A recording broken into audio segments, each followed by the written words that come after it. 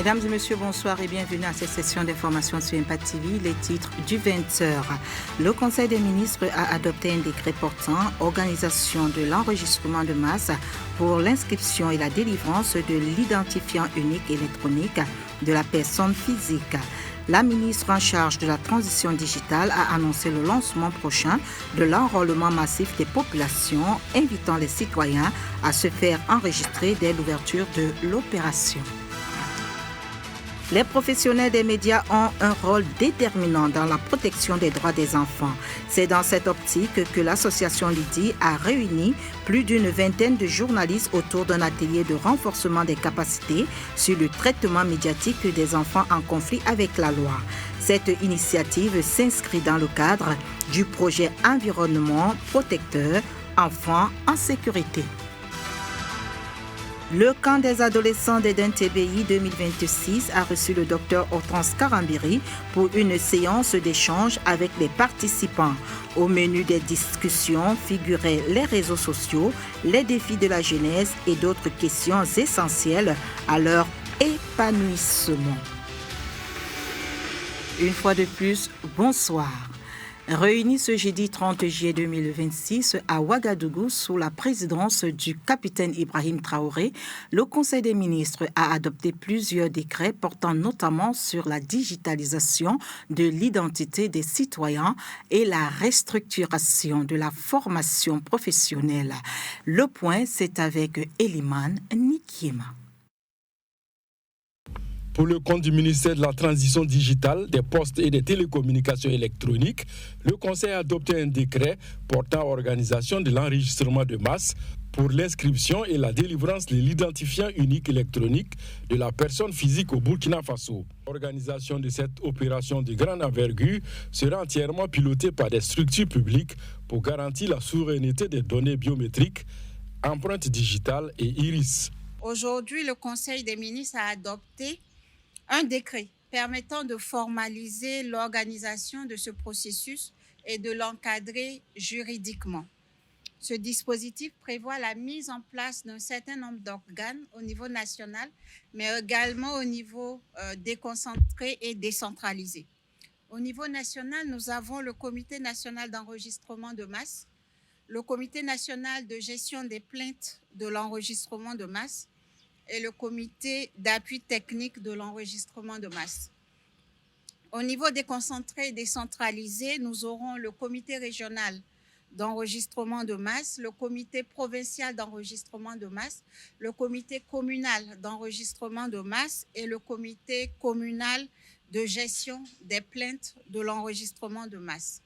Donc les comités d'enregistrement de masse seront chargés de coordonner les aspects administratifs et institutionnels de l'enregistrement et les comités de gestion de plaintes seront quant à eux chargés en tout cas de gérer toutes les plaintes qui pourraient survenir au cours de ce processus. Au titre de l'enseignement secondaire, de la formation professionnelle et technique, le Conseil a adopté un décret portant un répertoire général des métiers de la formation professionnelle. Selon le ministre Moumouni Zoungrana, ce dispositif vise à adapter les cursus scolaires aux réalités socio-économiques et aux besoins effectifs du marché de l'emploi. Nous avons fait effectivement le répertoire des métiers pour éclairer le travail qui sera fait dans ces établissements. Donc ce répertoire tient compte de 14 secteurs d'activité qui sont des secteurs prioritaires pour l'État. Et entre autres, on a l'agriculture, on a l'élevage, on a les mines et carrières, on a la transition digitale, on a l'artisanat, on a la communication, on a la sécurité. Tous ces secteurs-là font partie des secteurs prioritaires dans lesquels nous devons en tout cas orienter la formation de nos enfants. Par conséquent, avec ce répertoire, on pourra dresser désormais les curricula pour affiner les formations pour que nous ayons des ouvriers et des techniciens professionnels. Selon toujours le ministre en charge de l'enseignement secondaire, le répertoire des métiers intègre 14 secteurs d'activité, des secteurs prioritaires vers lesquels l'État va véritablement orienter la formation professionnelle pour pouvoir réagir à l'emploi. Le Burkina Faso poursuit sa dynamique de renforcement des soins hautement spécialisés.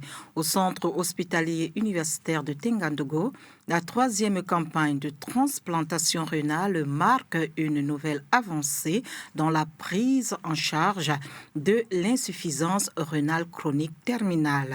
Au-delà des interventions chirurgicales, cette initiative illustre la volonté des autorités de faire de la souveraineté sanitaire une réalité et d'offrir un nouvel espoir aux patients burkinabés. Plus de précisions avec Grace Nimasso avec la voix de Omaïssa Sana. La 3e campagne nationale de transplantation a concerné 3 couples donneurs-receveurs et illustre les progrès enregistrés par le Burkina Faso dans le domaine de la transplantation rénale. Ce progrès est le fruit d'un important transfert de compétences qui permet aux professionnels de santé burkinabés de gagner progressivement en autonomie.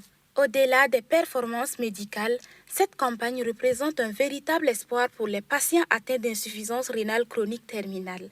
Elle confirme la capacité du Burkina Faso à réaliser des interventions de haute technicité, renforcer la souveraineté sanitaire du pays et traduit l'engagement du gouvernement à rapprocher des populations des soins de qualité dans un système de santé toujours plus performant et résilient.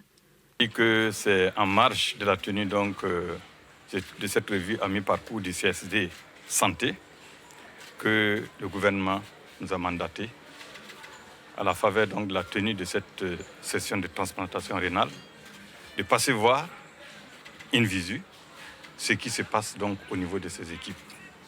Donc nous avons tenu à rendre visite aux malades et aux équipes et nous avons constaté l'effectivité de cette session de transplantation rénale et qui montre véritablement une prouesse donc non seulement des équipes mais du système de santé dans son ensemble et qui vient véritablement consolider la vision du gouvernement qui était véritablement de donner, de faire bénéficier ces populations de soins de santé avec des équipes endogènes.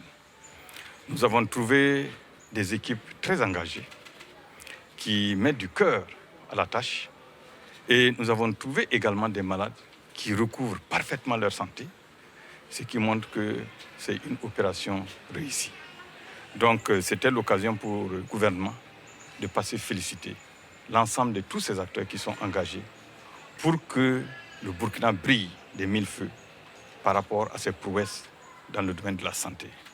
Mais aussi inviter tous les Burkinabés à comprendre aujourd'hui que leurs sacrifices ne sont pas vains.